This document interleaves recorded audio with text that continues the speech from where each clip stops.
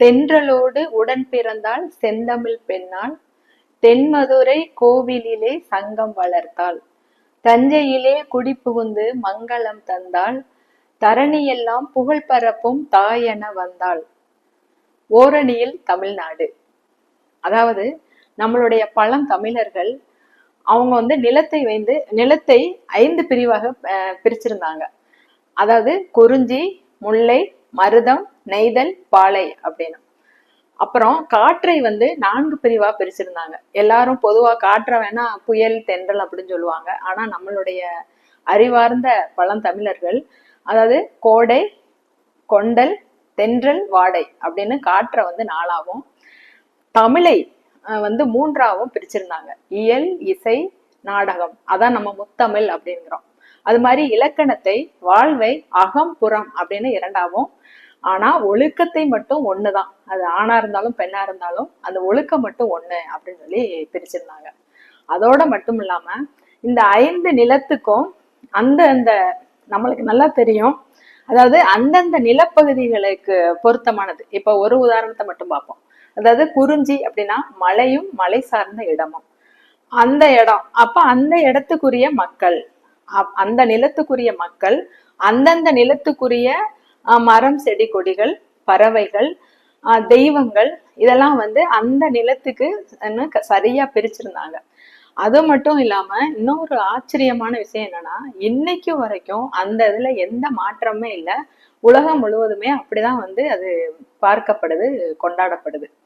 இப்படி நம்மளுடைய அந்த நிலத்திற்கு முக்கியத்துவம் கொடுத்தவங்க தான் நம்மளுடைய மூதாதையர்கள். அதனால வள்ளுவர் இப்படி சொல்றாரு, உழுதுண்டு வாழ்வாரே வாழ்வ, மற்றெல்லாம் தொழுதுண்டு பின் செல்பவர் அப்படின்னு. உழவர்கள் தான் இந்த உலகத்துக்கே அச்சாணி போன்றவர்கள். ஏன்னா அவங்க கொடுக்குற அந்த உணவுலதான் மற்ற எல்லாருமே நம்ம அதை சரியா செயல்பட முடியும். வள்ளுவரின் நெறியை தனது ஆட்சியில் முறையாக பின்பற்றும் தமிழாய்ந்த தமிழரான நம் முதல்வர் அவர்கள் வேளாண்மைக்கும் விவசாயத்துக்கும் அதிகமா முக்கியத்துவம் கொடுக்குறாங்க. முதல்ல வேளாண்மை துறை அப்படிங்கிறதையே உழவர் நலத்துறை அப்படின்னு பேர் மாத்திருக்காங்க.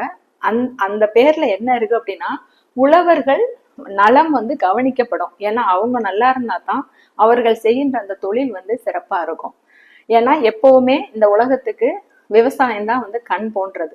அது மட்டும் இல்லாம அந்த துறைக்குன்னு பல சிறப்புகள் கொடுக்கப்பட்டிருக்கு. முதல்ல அதுக்குன்னு தனியா பட்ஜெட்டே ஒதுக்கியிருக்காங்க. அந்த பட்ஜெட்டும் தனியா நிதிநிலை அறிக்கை அப்படின்னே சட்டமன்றத்துல வாசிக்கப்படுது. அது மட்டும் இல்லாம அந்த கொள்முதல் விலை, நெல்லுடைய கொள்முதல் விலையெல்லாம் அதிகரிச்சிருக்காங்க. அப்புறம் இடைத்தரகர்களே இல்லாம நேரடியா இப்ப நம்மளே போய் அவங்கள்ட்ட வாங்கிக்கிறது மாதிரி பல சிறப்புகள் செய்யப்பட்டிருக்கு. இதுதான் இப்ப இந்த திராவிட மாடல் ஆட்சியில விவசாயத்துக்கு கொடுக்கப்பட்டிருக்க சிறப்புகள். இப்ப இந்த விவசாயத்தை பத்தி நம்ம பார்க்கும்போது அடுத்து நம்ம கண்டிப்பா சித்த மருத்துவத்தை பத்தியும் கண்டிப்பா தெரிஞ்சுக்கிறணும்.